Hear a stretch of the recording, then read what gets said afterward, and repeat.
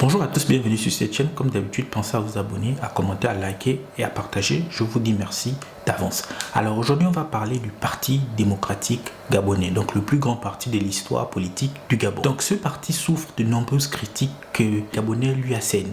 C'est-à-dire, les Gabonais estiment que tous les maux du Gabon viennent finalement de ce parti, dirigé un temps par Omar Bongo, ensuite par son fils Ali Bongo Ondimba. Les Gabonais n'ont certainement pas tort, puisque ce parti est celui qui a mis le plus du temps à la tête de l'État, notamment 60 ans. Donc le Parti démocratique gabonais est ici le parti qui a géré le Gabon depuis l'indépendance, le 17 août 1960. Mais derrière finalement les critiques qui sont faites au PDG, qui sont des critiques fondées, d'ailleurs certains disent même qu'il y a ici une force transcendante démoniaque qui aurait pris l'emprise de ce parti, c'est ce qui expliquerait la déchéance du pays. Derrière cette dimension transcendante et toutes les critiques qui sont faites à l'encontre du Parti démocratique gabonais, ne se cache-t-il pas quelque chose d'autre qui serait finalement l'état d'esprit des Gabonais qui derrière a participé tout simplement par l'entremise du PDG qui est un outil ici comme tout autre outil, comme tout autre parti à faire du pays ce qu'il est, c'est-à-dire un pays en proie à différentes difficultés, pauvreté, insécurité et surtout chômage. Donc on va essayer de contrebalancer ces deux points de vue, d'analyser et de comprendre où est-ce que l'analyse pourra nous mener.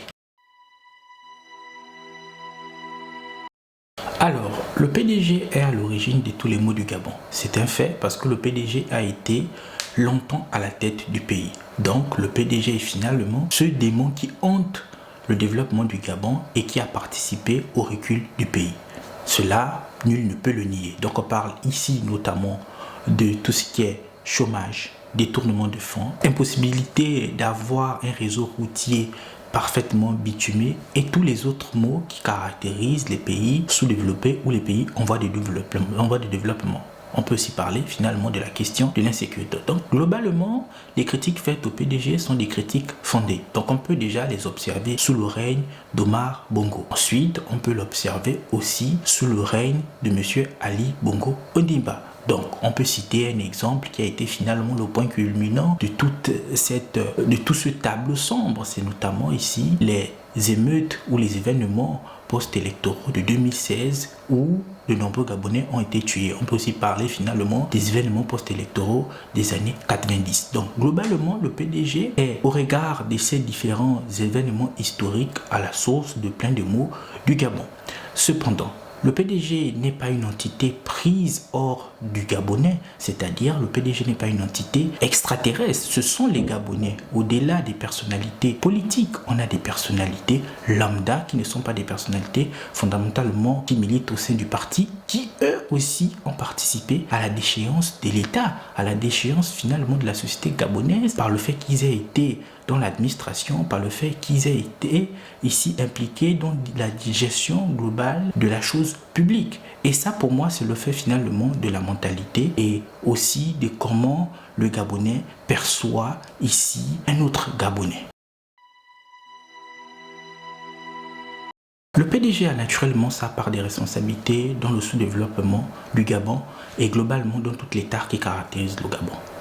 Naturellement, la cité est gérée par des politiciens qui, au travers de leur parti, dans le cas d'espèce, le PDG, ont géré le pays pendant 60 ans. D'abord sur Omar Bongo, ensuite sur Ali Bongo Ondimba.